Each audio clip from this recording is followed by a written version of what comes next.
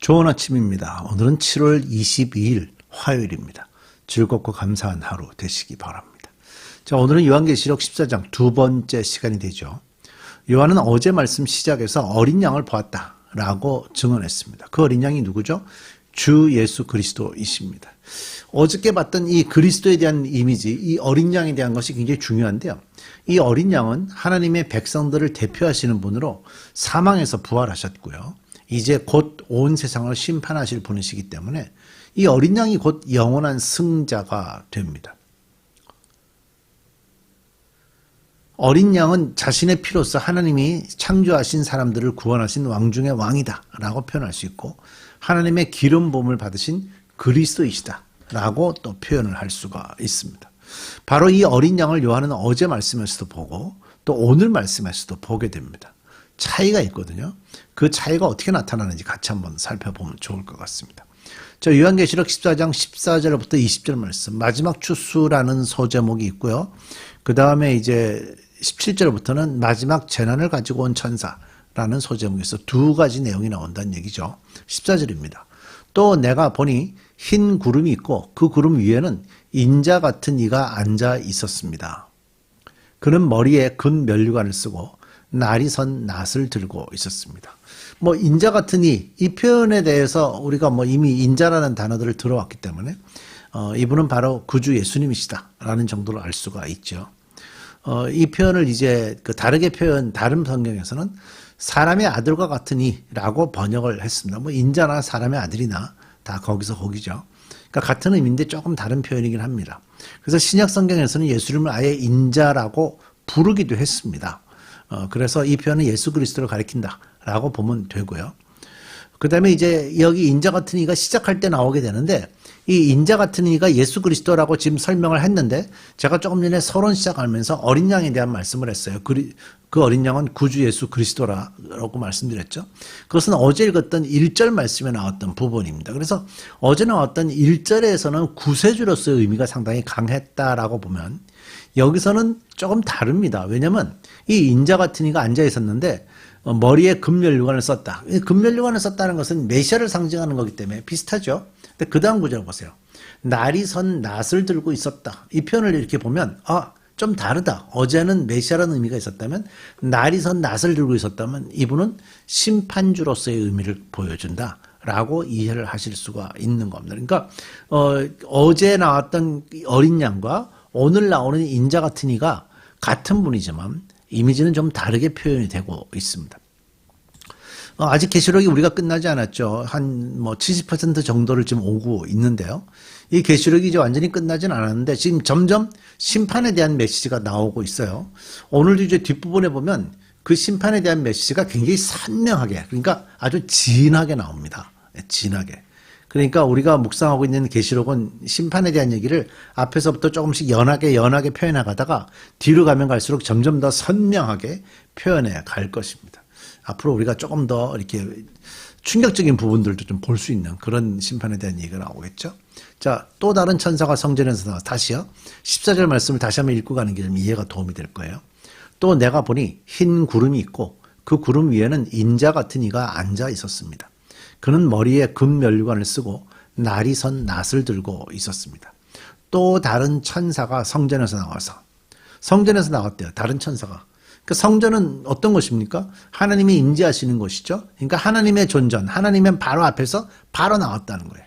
그 순간 바로. 그러니까 하나님의 생각을 지금 바로 표현할 준비가 된 거죠. 또 다른 천사가 성전에서 나와서 구름 위에 앉아있는 분에게 큰 소리로, 구름 위에 누가 앉아 있었습니까? 지금 예수 그리스도가 앉아 있죠. 인자 같으니. 그분이 앉아 있는데 그분에게 낫을 대어 거두어 드리십시오. 땅에 있는 곡식에 무르익어서 거두어 드릴 때가 되었습니다. 하고 외쳤습니다. 그러자 구름 위에 앉은 분이 낫을 땅에 휘둘러서 땅에 있는 곡식을 거두어 드렸습니다. 자, 이 환상에서 요한이 본 것은 뭐냐면요. 낫을 든 예수님이 심판자로 오셔서 추수를 하실 것이다 라는 거를 이제 환상으로 보고 있는 겁니다. 성전에서 막 나온 천사, 하나님 앞에서 하나님의 명령을 막 받아가지고 나온 천사의 말에 따라서 낫을 휘둘러서 곡식을 거두어 드린다. 심판의 주께서 직접 심판을 하시는 그런 장면을 우리가 볼 수가 있는데요. 마태복음 13장에 가보면 농부가 밭에 좋은 씨를 뿌렸는데 그 자라는 과정에 들여다보니 그 안에 곡식도 있고 또 잡초도 있었다. 한국말로는 이제 번역이 될 때 가라지라고 번역이 됐죠. 이 잡초도 함께 자라는 것을 알게 됐어요. 그래서 이 농사 짓는 사람이 주인에게 뭐라고 얘기를 했는가 하면 이 사실을 다 설명을 해줬어요. 그랬더니 주인이 판단하기를 그냥 현재 그대로 놔둬라 라고 했죠. 그래서 이제 그대로 그냥 계속 가게 합니다. 중간에 그 잡초들을 뽑지 않고. 그리고 나중에 추수 때가 되었을 때 먼저 뭘 했는가 하면 잡초를 먼저 뽑습니다. 잡초를 먼저 뽑아서 불에 던지고요. 그리고 나서 남아있는 것은 곡식이니까 그 곡식을 거두어서 창고에 넣으라고 명령을 해서요. 제대로 이제 그 곡식을 잡초로 오인하는 그런 일이 없이 그냥 곡식을 온전하게 거둬들이는 그런 마지막 추수에 대한 말씀이 있는데 오늘 이 말씀을 이렇게 읽어보면 그런 느낌이 좀 있어요. 거두어 드릴 때가 됐다. 그때는 언제냐? 마지막 때잖아요. 추수할 때 마지막 때. 그러니까 곡식이 익었으니까 그때 거둬야죠. 놔두면 다 상하죠. 그러니까 그때는 곡식이 무르익어서 거두어 드릴 때가 됐는데 곡식은 거두어 드렸어요. 그러면 곡식이 아닌 잡초들은 어떻게 합니까? 예, 잡초들은 그 다음에 나와요. 이제 보세요. 마지막 재난을 가지고 온 천사. 또 다른 천사가 하늘에 있는 성전에서 나왔는데 그도 역시 날이 선 낫을 가지고 있었습니다. 자, 이 천사도 뭐 하겠다는 거예요? 심판하겠다는 얘기죠. 여기는 예수님이 하시는 게 아니라 또 천사가 한다고, 천사가 들고 있다 그러네요. 또 다른 천사가 제단으로부터 나왔습니다. 제단으로부터 나왔다는 뭐라고요? 하나님께서 지금 하나님과 함께 있다 나왔으니까 하나님의 명령을 막 가지고 나왔다 그 얘기죠. 그는 불을 지배하는 권세를 가진 천사였습니다. 자, 불을 지배한다. 아까 마태복음 13장 좀 상상해 보실 수 있는데 잡초들은 거두어서 어디에 드냐? 불에 태웠거든요. 불에 태웠어요. 여기 18절에 보니까 또 다른 천사가 제단으로부터 나왔는데 그는 불을 지배하는 권세를 가진 천사였다라고 얘기하죠. 날이 선 낫을 들고 있는 천사에게 큰 소리로 날이 선 낫을 대서 땅에 있는 포도나무에서 포도송이를 거두십시오. 포도가 다 익었습니다. 하고 말하였다. 자, 여기 아까하고 똑같죠. 아까도 천사가 얘기했어요. 땅에 있는 곡식이 무르익어서 거두어 드릴 때가 되었습니다. 그래서 땅에 있는 곡식을 인자 같은 이가 거두어 드렸어요. 자, 보세요. 여기서는 뭐죠? 땅에 있는 나무에서 포도송이를 거두십시오. 포도가 다 익었습니다. 똑같이 다 익었어요. 그래서 그 천사가 낫을 땅에 휘둘러 땅의 포도를 거두어서 하나님의 진노의 큰 포도주를 만드는 술틀에다가 던졌습니다. 자, 아까는 곡식을 거둬들였다 그랬죠. 지금은 포도를 거둬들인 게 아니라 포도를 거둬서 하나님의 진노의 큰 포도주 술틀에다 넣었다는 거예요. 하나님의 진노에. 그러니까 이거는 뭐죠? 심판해서 지옥으로 가는 것에 대한 얘기를 하는 거예요. 그러니까 결국 포도송이, 땅의 포도, 뭘 얘기하는 것 같아요? 하나님을 거절하는 자들, 하나님을 믿지 않는 인간 전체를 얘기할 때 땅의 포도라고 표현하고 있는 거고, 그것의 포도송이 하나하나를 하나님을 믿지 않는 사람들을 개체 하나하나를 일일이 설명할 때 포도송이라고 표현을 하고 있다. 이렇게 보는 거예요.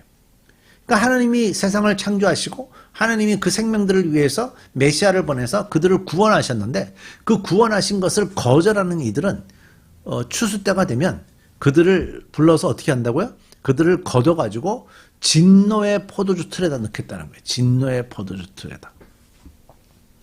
20절 술틀은 성 밖에 있었고 거기에 포도가 짓밟혔습니다.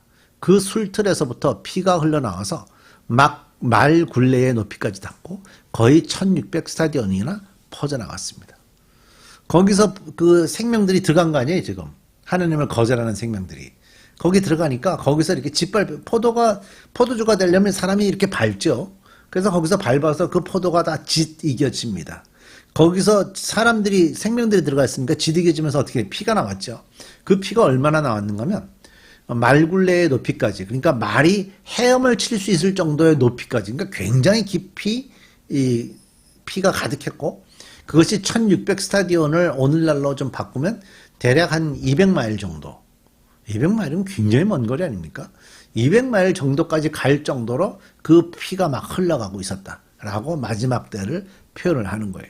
그러니까 결과적으로 심판이 얼마나 진한가에 대한 것을 지금 표현해 주고 있는데요. 요한은 이 모든 환상을 다 보고 이렇게 기록을 한 거예요. 근데 참으로 회개하고 죄를 버리고 우리 구주 예수님의 이름을 부르는 자는 분명히 구원을 받을 것이고요. 하나님의 심판은 다가오고 있다는 걸 우리가 인식해야 됩니다. 여기서도 계속해서 점점 진하게 표현하고 있죠. 아주 구체적으로 하나님이 어떻게, 하나님을 거역하는 자들이 어떻게 심판을 받는지를 아주 진하게 표현을 합니다. 하나님의 심판을 막을 자는 아무도 없습니다. 하나님은 이미 심판날을 결정하셨죠. 예수님도 모르고 우리 모두가 모르지만 하나님은 결정하셨습니다. 복음은요, 받아도 좋고 안 받아도 좋은 것이 아니고 복음은 반드시 받아야 되는 겁니다. 여러분의 마지막 날이 심판날이 아니라 승리의 날이 되실 수 있기를 바랍니다. 기도하겠습니다.